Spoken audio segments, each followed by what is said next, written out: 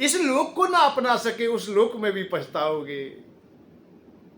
संसार से भागे फिरते हो, भगवान को तुम क्या पाओगे। इस लोक को हम ना अपना सके उस लोक की बात करते हो, परलोक की बात क्या करोगे। पहले यहां देख लो भाई, यहां तुम्हें शरीर मिला है, यहां जीवन मिला है।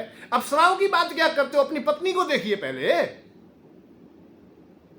भाई। अप्सराओं की चर्चा क्यों करें, उस स्वर्ग में जाकर के तुम्हें अप्सरा मिलेंगी। पहले अपनी पत्नी को देख लीजिए। जय श्री राधे, जय श्री कृष्ण। सभी स्वस्थ रहें, सभी धन जन से भरपूर हों, सभी आनंदित हों, सभी सुखी रहें। यही हम भगवान से कामना करते हैं और प्रार्थना भी करते हैं कि सदैव आप लोग सुखी रहें। आज की चर्चा में भी हम सुख की ही बात करेंगे और सुख की खोज की ओर ही चलेंगे कि मानव का जीवन कैसे सुखमय हो।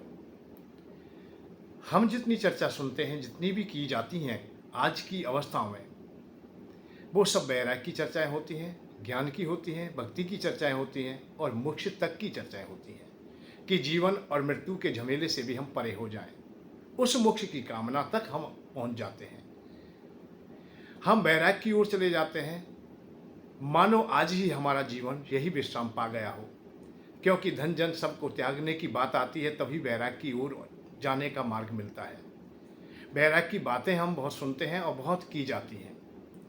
तो वैराग्य की बातों मानो कि मरे हुए के समान है, अर्थात आज ही तुम्हारी मृत्यु हो गई भाई। घर का त्यागन कर दिया है, परिवार वालों से कोई मतलब नहीं है, संसार की भोग वस्तुओं से भी कोई अब हमारा कोई प्रयोजन नहीं है।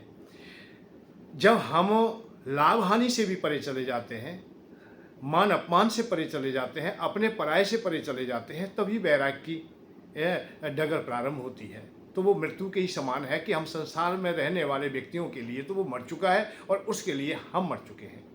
तो हमें जितनी बात बताई जाती है वो मृत्यु की बात बताई जाती है कि तुम मर जाइए और आज ही मर जाइए। जबकि श्रोतागण जितने भी बैठे हैं उनमें अधिक से अधिक अभी वो संसार में जीना चाहते हैं, संसार की कामना है, उन्हें आवश्यकता है धन की, आवश्यकता है उन्हें अभी अपने कर्तव्यों के पालन की, कि माता पिता की सेवा करनी है, पुत्री का विवाह करना है, पुत्रों की व्यवस्था करनी है। जो समाज में हम लोग अपमानित रहे अर्थ के बिना, वो अर्थ भी हमें पाना है, सम्मान पाना है, मान पाना है। जब इन कामनाओं को लेकर के हम प्रवचन में बैठते हैं और किसी वक्ता प्रवक्ता की कथा सुनते हैं तो मन में तो यही बात होती है, हृदय में यही बात होती है। पर सने सने सने सने वैराग्य की जब चर्चाएं आगे बढ़ जाती हैं तो ऐसा लगता है कि संसार सब मिथ्या है और वैराग्य ही ठीक है। राग तो संसार में फंसाने वाला है और इसीलिए हम दुख पा रहे हैं। तो वो वहीं से ये संकल्प करने का प्रयत्न करता है कि अब हम छोड़ दें। तो जो जेब में पैसे होते हैं उनको भी वो बेचारा छोड़ देता है, परंतु ये क्षणिक वैराग्य है, ज़्यादा देर नहीं टिक पाते। थोड़ी देर के वैराग्य बड़ी पीड़ा देते हैं, क्योंकि पीछे जो उसे मालूम पड़ता है कि तूने तो वो पैसा दे दिया है, आज तुम्हारे बच्चे भूखे हैं, घर में बहुत आवश्यकता है, ऋणी हो, अर्थात वो पैसा तो चला गया। कहाँ चला गया? वो दान में दे दिया है। और दान में कहाँ दे दिया है? जो त्यागी जी महाराज हैं, जो वैराग्य की बात बता रहे, जो ब्रह्मज्ञान की बात बता रहे, उनको दे दिया है। जिन्हें चाहिए नहीं था उनको दे दिया है। ये तो ऐसे समझिए कि उस समय थोड़ी देर के लिए आप लोगों का मन बुद्धि चित्त इस संसार से परे कर दिया गया। जैसे किसी ने जादूगर ने तुम्हारे मन को, तुम्हारी बुद्धि को अपने बस में कर लिया हो। या मदिरा पान करने वाले शराबी लोग कभी कभी ज़्यादा मदिरा पान कर लेते हैं तो उसके बाद में उन्हें विशेष बोध नहीं रहता है और थोड़ी बात में वो अपने जेब के पैसों को भी फेंक देते हैं, लुटा देते हैं या गिर जाते हैं। परंतु जब वो नशा उतर जाता है तो उसके बाद बड़ा पश्चाताप होता है कि तूने ठीक नहीं किया। ज्वारी की भी वही अवस्था है। तो हम इसी प्रकार का सौदा कर लेते हैं कि आज हमें तत्काल लाभ दिखाई दे और कल कुछ भी हो।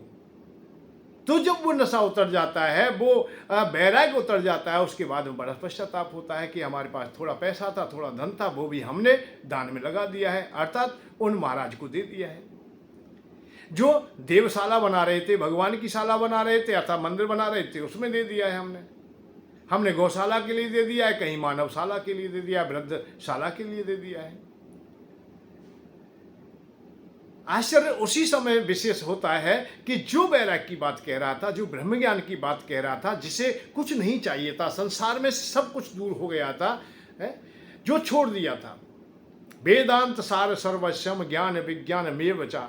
वेदांतों की बात, ज्ञान की बात, वैराग्य सबकी बातें बताई गई हैं और आत्मा की और परमात्मा की ही संबंधित चर्चाएं हुई थी कि आत्मा तुम्हारी इस संसार से अलग है, देह से अलग है और इस संसार में तुम्हारा कोई भी कर्तव्य नहीं है जिसे तुम निर्वाह करो। तुम्हारा कर्तव्य है परमात्मा को तुम्हें पाना है। भाई ऐसा नहीं है कि परमात्मा को पाना हो तो परमात्मा के पास तो हम थे ही, और परमात्मा से हम अलग हुए कब हैं? कोई ये क्यों नहीं बताता है कि परमात्मा से हम किस क्षण अलग हो गए, किस पल क्षण अलग हो गए? ऐसा कोई भी अवस्था नहीं है, ऐसी कोई अवस्था नहीं देखी जाती है कि जिस समय हम परमात्मा के सानिध्य में नहीं है। मया सर्वम इदम व्याप्तम मयि सर्व प्रतिष्ठितम। परमात्मा जब सब जगह है, सब जगह प्रतिष्ठित है, सब जगह स्थित है, तो फिर वो अलग कब हो गए हम? सिया राम में सब जग जानी। जब पूरे जग में भगवान की ही सत्ता है, प्रकृति और ब्रह्म की ही सत्ता है, लक्ष्मी माँ और नारायण भगवान की ही सत्ता है, तो फिर हम उनसे अलग हो कहाँ गए? हम आकाश से अलग गए कहाँ? हम लोग आकाश का सदैव सानिध्य है, अनंत का सदैव सानिध्य है हमें। तो परमात्मा से अलग तो हम हुए ही नहीं कि परमात्मा को हमें पाना है। परमात्मा हमारे सानिध्य में ही है। भेद केवल इतना है कि परमात्मा को शायद हो सकता है हमने भुला दिया हो, हम विस्मृति में चले गए हों, भोगों में इतने पड़ गए हों कि हम सब कुछ भूल गए हों। ये बोध करने की बात है, ये बोध कराने की बात है। अब परमात्मा क्यों पाने का, परमात्मा की क्रियाकलाप में जुड़ने का काम क्या है कि कर्तव्यों का निर्वाह कीजिए, जो हमारे संसार के कर्म हैं उनका निर्वाह कीजिए। भाई अर्जुन से भगवान कृष्ण बार बार कर्म की प्रधानता को ही तो बता रहे हैं। भाई तेरा जो कर्म है उसे कर, और उस कर्म को करेगा तो भी मैं प्राप्त हो जाऊंगा तुझे। तू कर्म नहीं करता है तब मैं नहीं मिलता हूं, अर्थात मेरी कृपा तुझ पर नहीं होती है। तो वैराग्य धारण करने से परमात्मा मिल जाएंगे ये बात नहीं है, क्योंकि वैराग्य तो बहुतों ने लिया है और घर को भी छोड़ गए, पत्नी को भी छोड़ गए, सबको छोड़ गए। विश्वामित्र महामुनि घर को छोड़ गए, पत्नियों को छोड़ गए, ऐश्वर्य को छोड़ा, धन को छोड़ा, सबको छोड़ा, परंतु फिर भी वन में भी उनके पास में मेनका नामक अप्सरा आ जाती है और उनसे एक पुत्री भी पैदा हो जाती है। मेरा उदाहरण यही है कि घर गृहस्थी वहां भी बसा लिया उन्होंने। तो वैराग्य तो राग में कब बदल जाए ये भी पता नहीं है, और ज्ञान भी अज्ञानता में कब परिणत हो जाए इसका भी कोई पता नहीं है। इसलिए मुख्य धारा सर्वप्रथम यही है कि आप घर गृहस्थी में रहते हो तो जाने की आवश्यकता नहीं। घर गृहस्थी का ये पालन अच्छी प्रकार से कर लीजिए तो मानव बन जाइए, मानवता को धारण कीजिए, मनुष्यता को धारण कीजिए। जब आप लोग मानवता को धारण कर लेंगे तो भगवान के प्रिय हो जाओगे। या साधारणता से कहें, देश धर्म के लिए आप लोग जीने का प्रयत्न कीजिए। वैराग्य की चर्चाएं हम लोग सुन लेते हैं। अब आश्चर्य उस समय और होता है कि सुनाने वाला भी बैरागी नहीं है और सुनने वाला भी बैरागी नहीं है, और दोनों ने किसी ने नहीं अपनाया है। ना तो सुना रहा है उसने कोई बैराग अपनाया है, वो भी चंदा बटोरने में लगा हुआ है, और जो बैराग धारण करने की बात कह रहा था, जिसने श्रवण किया था, वो भी किसी विशेष लोभ से ही दान कर रहा है, अर्थात बैराग की ओर जा रहा है, त्याग की ओर जा रहा है। तो जब शांति का मार्ग हमें ऐसे नहीं मिल पाएगा। अब ऐसे क्यों नहीं मिलता है? क्योंकि हमारी कामनाएं अभी संसार पाने की हैं, संसार में हम अधूरे हैं। जो व्यक्ति ऋणी है वो चाहता है कि मैं ऋण से उर्ण हो जाऊं, जो भूखा है वो चाहता है मुझे भोजन मिल जाए। जिस वस्तु प्राणी की अभिलाषा है, अधूरापन है, उसे पाने के लिए प्रयत्न करता है, या देव योग से उसे नहीं मिल पाता है, तो ये मत समझिए कि वो अब बैराग की ओर चला गया है। किसी का विवाह ना हुआ तो कोई ब्रह्मचारी हो गया, ये अनिवार्यता नहीं है। भाई विवाह ना होना अलग बात है और ब्रह्मचारी होना अलग बात है। अब वो झूठ मूठ को कहे कि मैं ब्रह्मचारी हूं, मैं बैरागी हूं, मैं तो संत हूं, मैं महात्मा हूं, मैंने विवाह नहीं किया है, तो ये ऊपर ऊपर की बातें होंगी। भीतर से तो उसके हृदय में राग ही है, अर्थात संसार को चाहता है। जब संसार को चाहते हैं और चाह रहा है तो फिर हम संसार की बातें क्यों ना करें?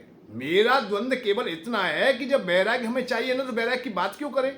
जिस रास्ते से हमें जाना नहीं है उस रास्ते की चर्चा क्यों करें हम? हमें मोक्ष पाना ही नहीं है। मोक्ष अच्छा चाहता है तो कौन चाहता है? तो जितने चाहे भैया, मुझे तो अभी मोक्ष चाहिए नहीं। मैं कह रहा हूं मुझे मोक्ष नहीं चाहिए। भगवान में आएंगे उनसे भी कह दूंगा मेरे तो अभी कर्तव्य बाकी है बहुत। जब तक कर्तव्यों का पूर्णता से पालन नहीं होगा तब तक मरने की भी बात नहीं है। युधिष्ठिर महाराज अपने भाई पत्नी के साथ वन में वास करते हैं और बहुत पीड़ा सहन करते हैं, अपमानित होके गए हैं।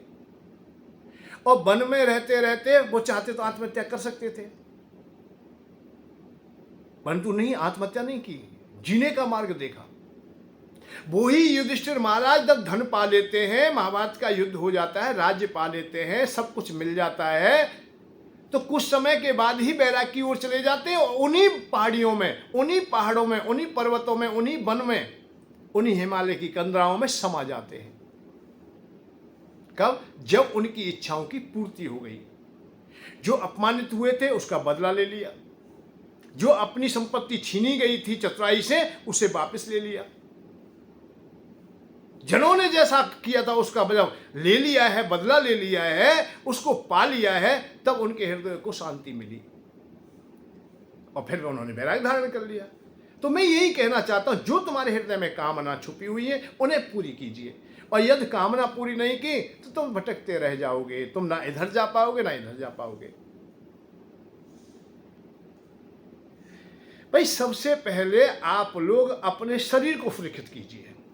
इतने उपवास मत कीजिए कि शरीर भी दुर्बल हो जाए तुम्हारा। दुर्बल शरीर से कुछ नहीं, क्रसघात हो गया है तो फिर क्या है, तुम चल नहीं पाओगे, काम नहीं कर पाओगे, मन बुद्धि चित्त भी तुम्हारा विपरीत हो जाएगा। तो अच्छा भोजन कीजिए, जल्दी जगिए, स्वास्थ्य पर ध्यान दीजिए, विशेष करके स्वास्थ्य पर ध्यान दीजिए। और स्वास्थ्य पर ध्यान नहीं दिया है तो तुम बहुत अधूरे हो, क्योंकि शरीर नहीं है तो तुम्हारे पास इस दुनिया में कुछ भी नहीं है। आत्मा तो पहले भी थी और पीछे भी रहेगी। ये आकाश आज भी है, फिर भी रहेगा। परमात्मा की सत्ता सदैव रहेगी। ये दुनिया रहे या ना रहे, फिर भी तुम्हारी आत्मा की सत्ता तो फिर भी रहेगी। जैसे जल की सत्ता कभी समाप्त नहीं हो सकती, जल को भूना जाए, बर्फ में हो, किसी भी रूप में क्यों ना हो, ये सदैव रहेगा। आप जितना भी जल पान करते हो, जितना भी काम करते हो, जल तो सोचते हो नष्ट हो जाता है, जल कभी नष्ट नहीं होता। ऐसे ही आत्मा कभी नष्ट होगी नहीं, आकाश कभी नष्ट होगा नहीं, चाहे कितनी भी अटालकाएं क्यों ना बन जाए, कितने भी मंदिर क्यों ना बन जाए, परंतु आकाश तो आकाश है, अनंत है वो, उसका कहीं अंत भी नहीं है। ऐसे आत्मा भी विराट है हमारी, हम सदैव रहेंगे, इसकी चिंता ना करें। आत्मा की बात हमारी है ही नहीं, हमारी जिम्मेदारी आत्मा की है ही नहीं, हमारी प्रकृति की जिम्मेदारी, क्योंकि प्रकृति में आए हम लोग। हम पंचभूत से हमारे शरीर का निर्माण हुआ है, और जहां जैसा शरीर मिला है, जैसा हमारा जन्म का स्थान है, उसी के अनुसार हमें उनका पालन करना है, निर्वाह करना है। तो सबसे पहले शरीर का ध्यान दीजिए। पहला सुख निरोगी काया, रोग कोई हो ना, स्वस्थ शरीर हो, अच्छा हो। इसके लिए देखिए दो तीन बातें हैं, लौकिक भी और भौतिक, लौकिक भी और पारलौकिक भी। जब लौकिक को हम देखते हैं तो लौकिक में सबसे पहले आप लोग भाई रहना सहना, खाना पीना, सोना जागना, इन सब चीज को देखना पड़ेगा। यदि निरंतर आप जागते रहोगे तो भी स्वास्थ्य ठीक नहीं रहेगा, निरंतर सोते रहोगे तो भी स्वास्थ्य नहीं रहेगा। तो इसकी व्यवस्था आपको देखनी है कि प्रातःकाल जल्दी जगे, थोड़ा आप दिशा मैदान जा करके अपना व्यायाम भी करें। व्यायाम करते हैं तो आप लोग थोड़ा अच्छा समुचित भोजन भी करें। भोजन भी ये नहीं उल्टा सीधा खाते रहे, जो हमारे शरीर के लिए अनुकूल नहीं है वो भी हम खा रहे हैं, अपत्य को भी हम खा रहे हैं, तो ये भी हमें ध्यान देना पड़ेगा। ये सब क्रियाओं को करते हुए भी इस संसार में जब हम जीते हैं तो एक विशेष बात है जो मैं कहना चाहता हूं, वो बगैर देवताओं के हम नहीं जी सकते। ये शरीर का जो निर्माण है, शरीर का जो साथ है, शरीर के संग जो जुड़ाव है, वो देवताओं का है। परमात्मा को तो आत्मा से है, पर शरीर का हमारा देवताओं से है। देवता और शरीर का संबंध नजदीकी है, हर अंग के देवता है, पूरे शरीर के देवता है। शरीर में कोई रोग हो गया है तो उसके भी देवता है, शरीर में कोई कमी है तो उसके भी देवता है। आंखों के देवता है, नाक के देवता है, मुंह के देवता है, कान के देवता है, त्वचा के देवता है, सबके देवता है। ऐसे ही हमारे शरीर के भी है, शरीर में कोई रोग हो जाता है तो उसके भी देवता है। अधिकतर घर में क्यों बीमार रहते हैं लोग? क्योंकि हम लोग भोजन की व्यवस्था अच्छी कर सकते हैं, खाने की कर लेंगे, पहनने की कर लेंगे, रहने सहने की कर लेंगे, हो सकता है दवा औषधि की भी कर लें, परंतु इनको करते करते भी पर देवताओं के बगैर हम भी नहीं रह सकेंगे। भाई आप प्रकाश की व्यवस्था लाइट से कर लें, किसी भी चीज से कर लें, ये तो कर लें, परंतु सूर्य भगवान की किरणें शरीर को चाहिए, और उनकी किरणों के बगैर, सूर्य भगवान के बगैर कहीं प्रकाश होगा ही नहीं, ये सब मिथ्या हो जाएगा। कितने समय तक काम चलाओगे? ऐसे ही देवताओं की कृपा के बगैर तुम नहीं जी सकते। ऑक्सीजन सिलेंडर से लेते रहे तो नहीं काम चलेगा। जब तक खुले में तुम अपने सांस को न चला सकोगे तब तक तुम्हारा जीना नहीं है। तो देवताओं की सहायता तो अनिवार्य है। देवताओं के बगैर ना जिएंगे और ना जीवन है हमारा। ये शरीर पूर्ण रूप में देवताओं के अधीन है। आप बीमार हैं, घर में बीमारी है, कोई ना कोई बीमार होता ही रहता है,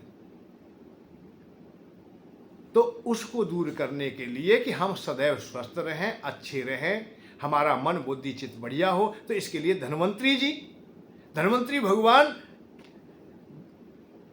वैद्य हैं, अर्थात औषधियों के देवता हैं। वो औषधियां पुष्ट होती हैं, उनका भजन करके, उनका पूजन करके, उनके दिव्य मंत्र हैं, उनको सिद्धिकरण करके आप लोग यदि औषधि धारण करते हो तो निश्चित स्वस्थ होंगे, और उनका निरंतर आप लोग ध्यान करते हो तो स्वस्थ सदैव रहेंगे, कभी बीमार होंगे ही नहीं। अरे जैसा संग करोगे वैसा चढ़ेगा रंग, इस बात को तो आप साधारण से जान सकते हो। तो जैसे धन्वंतरी जी का संग करोगे, उनकी उपासना करोगे, आप बीमार होंगे ही नहीं। आप कुबेर जी से प्रार्थना करोगे, उनके सानिध्य में रहोगे, उनकी उपासना करोगे, तो आप निर्धन होंगे ही नहीं। आज निर्धन क्यों? क्यों बैराग की बात करते हो ना तुम। तुम्हें अच्छा तो वैराग्य लगता है। वैराग्य का भाव क्या है? वैराग्य माने सब कुछ मुझसे चला जाए, और यहां तक चला जाए वैराग्य जब आगे बढ़ता है कि पत्नी भी मर जाए, बच्चे भी मर जाए, और जितनी संपत्ति है वो भी नष्ट हो जाए, और अंत में तो शरीर भी नष्ट हो जाए, मुझे कोई प्रयोजन नहीं है। मान अपमान से भी परे की बात कर देता है, लाभ हानि से परे की बात है, अपने पराये से परे की बात है, कि अपना भी नहीं कोई पराया भी नहीं, सम बात हो जाती है, खत्म हो जाता है, तू मृत्यु के समान हो गया है। तो वैराग्य की बात हम करते हैं, और एक कमी और हो जाती है हमसे जो हमें नहीं करनी चाहिए। हम आज गुरु भी धारण करते हैं तो वो भी विपरीत धारण कर लेते हैं। हम संतों से, वैरागियों से, वानप्रस्थियों से, ऐसे जो वनवासी लोग हैं उनसे हम कंठी धारण कर लेते हैं, संतों से ले लेते हैं। नहीं लेना चाहिए। श्रेष्ठ कोई अच्छा गृहस्थीवान ब्राह्मण है, कोई व्यक्ति है, उससे ही आप लोग कंठी धारण करें, अतः दीक्षित हों। क्योंकि जैसे का संग करोगे वो प्रभाव पड़ेगा। बैरागी से आपने कंठी बंधवाई है तो बैराग की जो शाखाएं हैं वो तुम तक आएंगी, निश्चित पहुंचेंगी। अरे बरसात के महीने में चूहे के बिल में भी नमी पहुंच जाती है, चाहे या ना चाहे आप लोग। गर्मी का मौसम है तो गर्मी की किरणें चाहे या ना चाहे भूमि के अंतर्गत भी पहुंच जाती हैं। तो ऐसे ही यदि आपने बैरागी से संपर्क किया है तो आपके घर में बैरागी आएगा। धन आएगा कहां से? धन तो जाएगा। धन तुमने चाहा ही नहीं है, क्योंकि देना की बात तो बैराग की है। पत्नी का स्वास्थ्य क्यों बढ़िया रहेगा भैया? क्यों बच्चे अच्छे रहेंगे? क्यों परिवार वाले अच्छे रहेंगे? भाई आप तो धन्वंतरी जी को जानते ही नहीं, आप तो चाहते भी नहीं है। जो धन्वंतरी जी को जानता ही नहीं, पहचानता ही नहीं, तो स्वास्थ्य बढ़िया रहेगा क्यों? कुबेर जी को जानते ही नहीं तो धन तुम पर रहेगा क्यों? और कहीं से आ भी गया है तो टिकेगा क्यों? और टिक भी गया है तो अपच कर देगा, अर्थात तुम्हारे जीवन को ही खत्म कर देगा। जैसे औषधि लेते लेते तुमने सुना है रिएक्शन कर गई, ऐसे ही विपरीत दिशाओं से जब धन आता है तो वो भी नुकसान कर जाता है। अरे देवताओं की सहायता लीजिए। हमारे पास में जो कमजोरी है, आज प्रवचनकर्ताओं की कमजोरी है, वो देवताओं पर बोलते ही नहीं, देवताओं की बात करते ही नहीं। जबकि सतयुग, त्रेता, द्वापर सब में देवताओं की पूजा हुई है, और आज भी होती है। ऐसा नहीं आज नहीं होता है। किन्हीं के यहाँ कोई अनुष्ठान हो रहा है तो देवताओं की पूजा होगी। कमी क्या है कि उन देवताओं की पूजा को ढक दिया जाता है, जल्दी से समाप्त करके उन पर चर्चा नहीं की जाती। इस लोग बोल दिए, संस्कृत में बोले, कुछ समझे कुछ ना समझे, जजमान जाना या ना जाना, कह दिया कुबेर जी के लिए ये करिए, भाई देवता को ये कर दीजिए, है औषधिक देवता है इनके लिए ये कर दीजिए, बस कर दिया, बस ठीक है, 100 रुपये चढ़ा और छुट्टी हुई। अब बड़ी बड़ी नोटों के लिए तो बैराग की बात करनी पड़ेगी, भैया संसार बेकार है, और तुम्हारे हृदय में जब तक बैराग्य नहीं आएगा, त्याग नहीं आएगा, जब तक तुम नोट देंगे नहीं। भाई नोट तो तुम तभी दे सकोगे जब बैराग्य तुम्हारे हृदय में आएगा, त्याग की भावनाएं उत्पन्न होंगी, और दूसरी बात यह है कि लोभ की उत्पन्न हो जाए। दो बात होती है, तुम्हारे हृदय में दो चीज बिठाई जाती हैं, या तो अत्यंत लोभ और या वैराग्य। वैराग्य तुम्हारे हृदय तक आता है तब त्याग करने की भावनाएं आ जाती हैं। वैसे ये दोनों चीज क्षणिक हैं, ज्यादा समय नहीं रुक पाएंगी, क्योंकि वैराग्य भी नहीं रुक पाएगा, क्योंकि वैराग्य आएगा तो स्थिर कहां से होगा, क्योंकि कामना तो बहुत दबी पड़ी है तुम्हारे हृदय में। तो पहली बात तो यही है कि जब वैराग्य आता है तो आप लोग दान दे देते हो, और दान समेटने के लिए सामने है ही है जो त्यागी महाराज बैठे हैं, जो वैराग्य की बात बता रहे थे, जो दान की महिमा बता रहे थे, वो है सामने। दूसरा आता है अत्यंत लोभ। ये बता दिया जाए कि 100 रुपया आप देंगे तो करोड़ों का लाभ हो जाएगा, लाखों का लाभ होगा, और ये तो तुम्हारे मन में आ ही गया है, ये बैठ भी गया है कि दान देने से धन बढ़ेगा, दान देने से ये काम होगा। यदि ये मालूम पड़ जाए कि 100 रुपये देने से 500 का नुकसान होगा, या छोरा बीमार होगा, माता पिता बीमार होंगे, कोई बीमारी और फैलेगी, तो तुम 1 रुपया नहीं देंगे। पर तुम्हें बता दिया गया है कि 100 देंगे तो 1000 मिलेंगे, तुम्हें लाख मिलेंगे तुम्हें, इस लोभ से तुम दान करते हो। या वैराग्य की भाव नहीं आ गई, पर ज्यादा दिन नहीं टिक पाती है। बात इस बात की है कि तुमको चाहिए था अच्छा शरीर, अरे स्वस्थ होते बढ़िया रहते, मन प्रसन्न होता, मलिनता खत्म हो जाती। तो इसके लिए हम लोग धन्वंतरी जी की उपासना करें तो हमारा शरीर बढ़िया रहेगा, और शरीर बढ़िया रहेगा तो भैया धन भी कमा लेंगे फिर तो, क्योंकि काम में मन लगेगा, बुद्धि भी हमारा अच्छा काम करेगी, शरीर में आलस भी नहीं होगा, और जब धन कमाएंगे तो भैया दान तो हो जाएगा। अब यहां प्रारंभ करता हूं, देखिए मैं ये नहीं कह रहा हूं कि दान ना दें, दान ना करें, पर दान उस अवस्था में ना करें। अरे आप कर्जदार हो और दान करने की बात कर रहे हो, रोटी खाने को अपने पास नहीं है, दूसरे की समाज सेवा की बात कर रहे हो, अपने पास खर्चा के लिए नहीं, भगवान के सामने पैसा चढ़ाने में लग रहे हो। नहीं, पहले अपनी व्यवस्था को कहिए। इसीलिए का पहला सुख निरोगी काया। निरोगी काया, रोग ना हो, शोक ना हो, उसमें भूख ना हो, प्यास ना हो, इस सुख को प्राप्त कीजिए जो तुम्हारे अधिकार में है। आप धन्वंतरी जी की उपासना करें, और धन विशेष चाहते हैं, अर्थात धन को पुष्ट चाहते हैं, तो कुबेर जी की प्रार्थना करें, उनकी उपासना करें। अरे सुगम मार्ग है, 2 मार्ग हैं और 2 ही चाहिए, और तीसरे की बात तो पीछे करेंगे, वो स्वाभाविक व्यवस्था है, वो हो जाएगी। पहला सुख निरोगी काया, दूसरा सुख घर में हो माया। अब यहां से प्रारंभ होगा सब कुछ। अब तुम नेतागिरी करना, चाहे बड़े आदमी बनना, बड़ा मकान बनाना, दुकान बनाना, खूब दान करना, मैं मना नहीं कर रहा, दान कितना भी करना। अब दान करने में आनंद भी आएगा, क्योंकि दान में तुम्हारे में त्याग होगा, लोभ नहीं होगा, और किसी का बहकावा नहीं होगा, अपने पास पर्याप्त है, देने में आनंद का अनुभव भी होगा, उसमें तुम्हें संशय भी बना रहेगा और पीड़ा भी होगी। जब है नहीं हमारे पास तब दान कर रहे हैं। तो आप लोग उन देवताओं की उपासना के लिए जुड़ने का प्रयत्न कीजिए। मैं वैसे निरंतर कोशिश करता हूं कि आपको कुछ ना कुछ बताऊं, और ऐसी चीजें बताऊं जिससे कि आप लोग सदा सुखी रहें। मैं तो केवल जीने का मार्ग देने का प्रयत्न करूंगा, मेरे पास और कोई चीज नहीं है, क्योंकि मैं वैरागी ना हो सका तो तुम्हें वैराग कैसे दे दूं? मैं ज्ञानी परम ज्ञानी ना हो सका तो मैं तुम्हें ज्ञान कहां से दे दूं? मुझे मोक्ष चाहिए नहीं तो मैं तुम्हें कहां से मोक्ष दे दूं? मैंने भगवान के दर्शन नहीं किए तो मैं तुम्हें दर्शन कहां से करा दूं? कुछ अनुभव की बातें हैं, उन्हें मैं बताना चाहता हूं, भक्ति मार्ग में भी बोलना चाहता। ऐसा नहीं कि भक्ति मार्ग में मैं नहीं बोलूंगा, बोलता हूं। ज्ञान पर भी चर्चा करेंगे, वैराग्य पर भी चर्चा करेंगे, मोक्ष पर भी चर्चा करेंगे। परंतु पहले, सबसे पहले हम जब संसार में आए, इस धराधाम में आए, तो इसको हम जान लें, इसको हम समझ लें, इसको हम पुष्ट कर लें। हम घर ना सही रह सके तो बाहर कहाँ सही रह जाएंगे। घर से हम भूखे चले जाते हैं तो निरंतर हमें भूख सताती रहती है।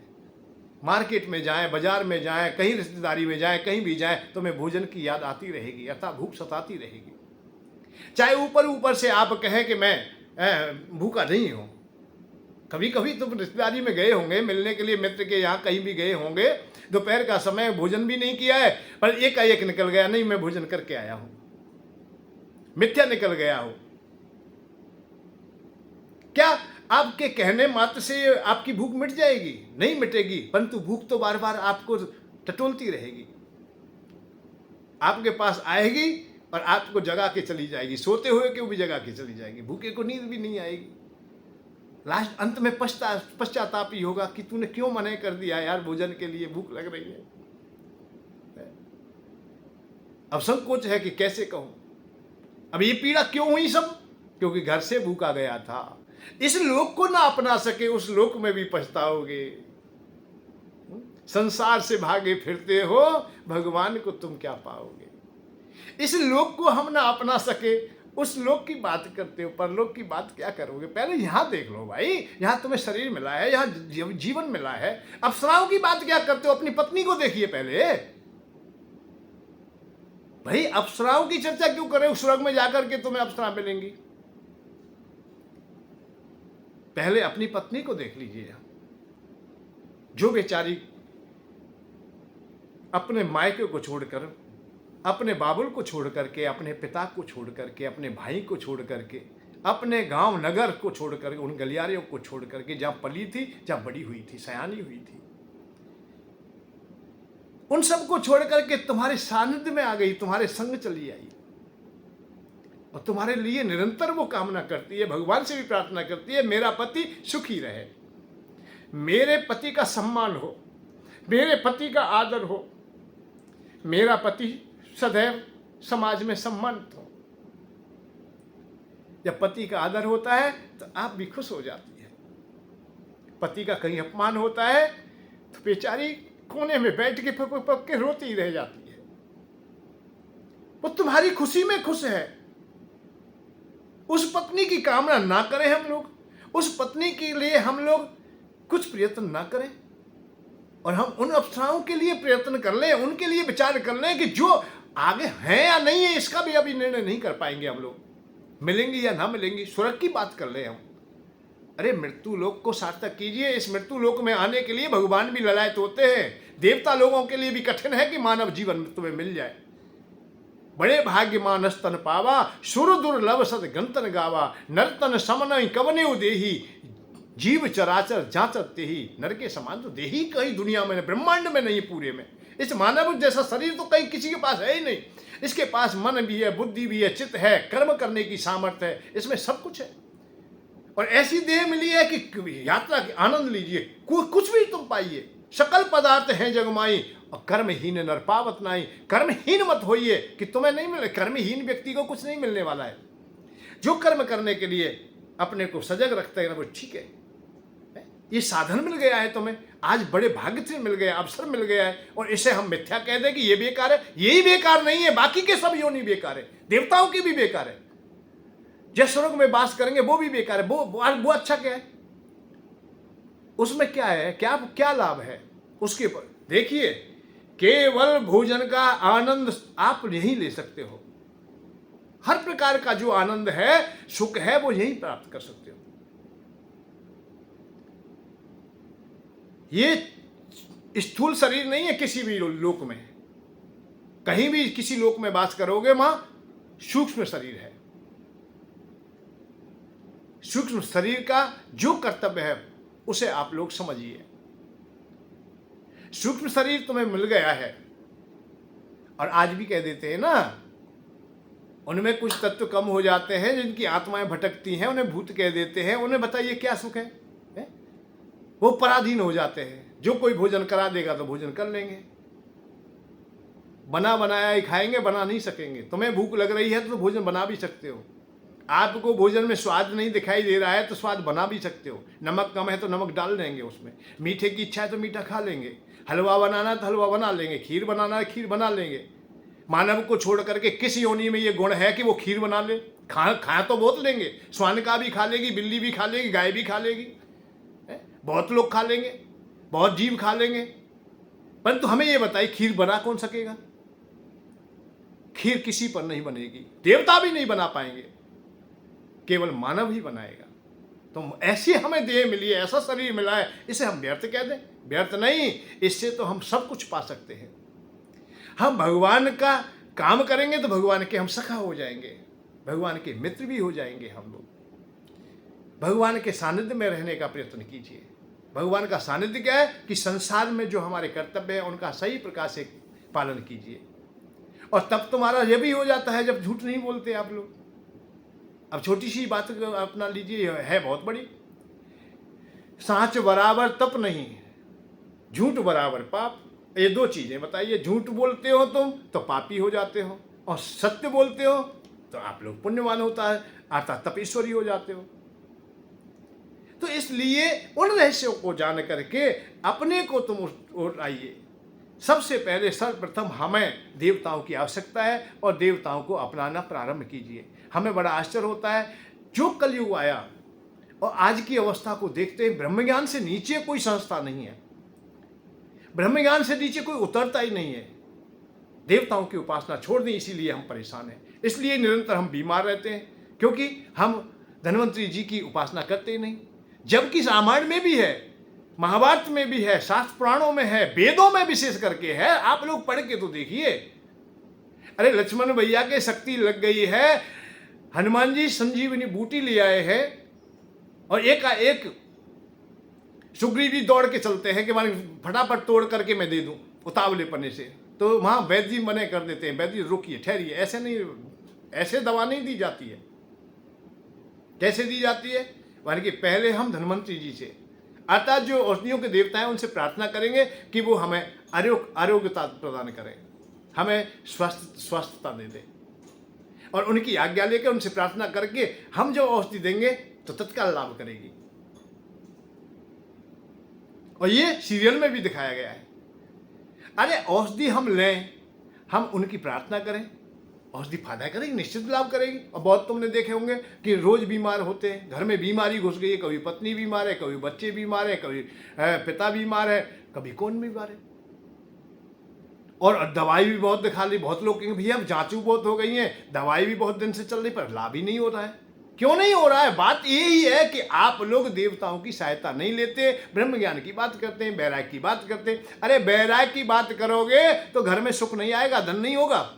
इस बात को आप जानिए, कड़वी बात को समझ रही है। आप वैराग्य की ओर चलते हो, वैराग्य में प्रवचनों को धारण करते हो, उसी प्रकार की उपासना करते हो, उसी प्रकार की आरती पूजा करते हो। आप लोग मोक्ष वाले भगवान की अर्थात नारायण भगवान की आप उपासना करते हो। वो इस जीवन के लिए नहीं, वो आगामी जीवन के लिए है। तस्या मनोग्रह रामम वित्तम तस्य हरामहम करोम बंधु विच्छेदम सात दुखों जीवता। ये भगवान ने तो स्वयं कह दिया है कि जो मेरी उपासना करेगा उसे घर से बेघर कर दूंगा, पत्नी आज से अलग कर दूंगा, जीविका के साधन है उन्हें नष्ट कर दूंगा, अर्थात मैं बहुत परीक्षण करूंगा, उसे दुख दूंगा, तब भी मेरी ओर आता रहेगा, और तो भी मुझे अपनाए तो मैं उसे अपना लूंगा। मोक्ष पाने वालों की बात यह है कि भगवान तब अपनाएंगे जब सब कछु नष्ट हो जाएगा, क्योंकि अकेले व्यक्ति की बात है वो। भाई आत्म कल्याण का मार्ग मैं चाहता हूं, तो अब मेरे पत्नी का संबंध नहीं है, मेरे बच्चों का संबंध नहीं है, मेरे परिवार का संबंध नहीं है, मेरी मित्रता कहीं भी नहीं है, उनसे कोई मेरा प्रयोजन नहीं है। निस्वार्थी जैसा व्यक्ति होता है वो भाषा आ जाती है वैराग्य की। कोई रो रहा है तो रोता रहे, कोई परेशान है तो परेशान रहते रहे, हमें क्या करना है, हम क्यों जम्मे में फंसे। और सत्य बात तो ये, पुण्य में भी नहीं फंसा जाता है। वैराग्य का सच्चा उदाहरण तो ये है कि आप यदि पुण्य कमाते हो तो उसका भी बंधन ही है, पाप का ही नहीं पुण्य का भी बंधन है। तो हमें धर्म भी नहीं करना है तो रूखापना हो जाएगा। तो रूखेपन मत बनिए, आप लोग प्रेम में रहिए, संसार में प्रेम के साथ रहिए, खुशहाल जीवन पाएंगे तो बहुत अच्छा होगा। उस पत्नी का कभी को याद कर लीजिए, जो तुम्हारे पल्लू से बंध के आई है और वो बेचारी एक कोने में पपक पपक के रोती रह जाती है। जब निरंतर आप बीमार होते हैं, अर्थ की व्यवस्था टूट जाती है और कुछ समय के बाद हो सकता है कि आप चले भी जाएं, आपकी अकाल मृत्यु भी हो जाए। उस समय की अवस्था में आप बताइए क्या करोगे? सियानी बच्ची है, बेटी घर पर है, शादी योग्य हो गई है, विवाह भी करना है, बच्चों का पालन करना है, उसके लिए कौन सा सहारा होगा? अकेला पुत्र है, बीमार रहने लगा, वो भी चला गया, कोई घटना दुर्घटना घट गई। इन सब बातों को हर जगह हो रही है, निरंतर हो रही है। और पानी जैसा बुलबुला है ये मानव, ज़्यादा शक्ति नहीं है इसमें। हम देवताओं की सहायता से ही और उनकी कृपा से हम जीते हैं। वायु देवता एक बार 1 घंटे के लिए नाराज हो जाए तो आपको पता चल जाएगा। एक क्षण के लिए भी, एक 2 मिनट के लिए भी वायु देवता हमें प्राप्त ना हो, सांस ना आए, तो उसी समय खेल खत्म है सब। सूर्य भगवान नाराज हो जाए, अपनी किरण फैला दें ठीक ठाक तरीका से। वैसे गर्मी का मौसम है, खूब बढ़ रही है, अब 1 आध 2 4 डिग्री और बढ़ जाए, बस हो गया बहुत। तो ये मत समझिए, देवता लोग तो कृपा करते हैं, परंतु कृपा को हम कृपा बना करके अपने सानिध्य में आने दे तो ठीक है। उस परिवार की ओर भी देखिए जो तुम्हारे सानिध्य में पल रहा है, तुम जिसके जिम्मेदार हो, तुम्हारे द्वारा ही जिनको पालन पोषण हो रहा है, पत्नी का, बच्चे का, माता पिता का, भाई बंधुओं का, जिनका भी तो आप जिम्मेदार हो, फिर भी आप लोग अपने स्वास्थ्य की ओर ध्यान नहीं देते, अपने अर्थ की ओर ध्यान नहीं देते, तो वो ठीक नहीं है। देवताओं की उपासना करने में ज़्यादा समय खर्च नहीं होगा। युक्ति मुक्ति भैया मैं बता दूंगा तुम्हें, आपको उसको चिंता ना करें, ये अवसर आपको आए। वैसे एक बात बताएं कि उपासना हो, चाहे पूजा पद्धति हो, लौकिक हो, पारलौकिक हो, भैया दलाल के बगैर काम नहीं हो रहा है। सानिध्य तो किसी ना किसी का चाहिए। जैसे परमात्मा को पाने के लिए गुरु की आवश्यकता है, ऐसे संसार में भी शिक्षा आदि लेने के लिए किन्हीं गुरु की आवश्यकता है। तो ऐसे ही देवताओं की उपासना के लिए यदि आप कहीं त्रुटि में हो जाए तो उसके लिए मैं आपका सहयोगी हो जाऊंगा, मैं आपका साथ दूंगा। परंतु मैं तो यही चाहता हूँ सबसे पहले आप लोग अच्छे स्वास्थ्य वाले हों और घर में धन जन से परिपूर्ण हो, फिर भक्ति मार्ग आएगा, फिर कल्याण का मार्ग आएगा। मन में बेकार होंगे ही नहीं, सब कुछ ठीक होगा। कैसा जीवन हो जाएगा? जैसे कहते हैं राम राज्य जैसा, जिसमें अकाल मृत्यु ना हो, अकस्मात दुर्घटनाएं ना हो, मन परेशान ना हो, कोई भूखा ना हो, कोई फटियाल ना हो, कोई बुद्धिहीन ना हो, कोई बलहीन ना हो। सब स्थिति में बहुत बढ़िया तरीका से सब खुशहाल रहे, सब हंसते हुए दिखाई दें, मुस्कुराते हुए दिखाई दें, सब आनंद में दिखाई दें और परिवार में किलकारियाँ हमेशा चलती रहे। यही मैं कामना करता हूँ। इसीलिए मैं आप लोगों के सामने आकर के ये बात बताना चाहता हूँ। नहीं तो उन ब्रह्म ज्ञान की बात मैं भी कर लूँगा और मैं भी आपसे कुछ ना कुछ तो ले ही लूँगा, क्योंकि मैं भी जानता हूँ कि आप ब्रह्म ज्ञान वालों को ज़्यादा पैसा दे देते हो, वैराग्य वालों को ज़्यादा दे देते हो, खूब देते हो, बहुत देते हो। बड़े बड़े अरबपति खरबपति हो चुके हैं लोग, परंतु आप दानी दाता बहुत अच्छे हैं, दीजिए भैया, बहुत बढ़िया है। परंतु अपने शरीर का और अपने धन का विशेष ध्यान रखिए।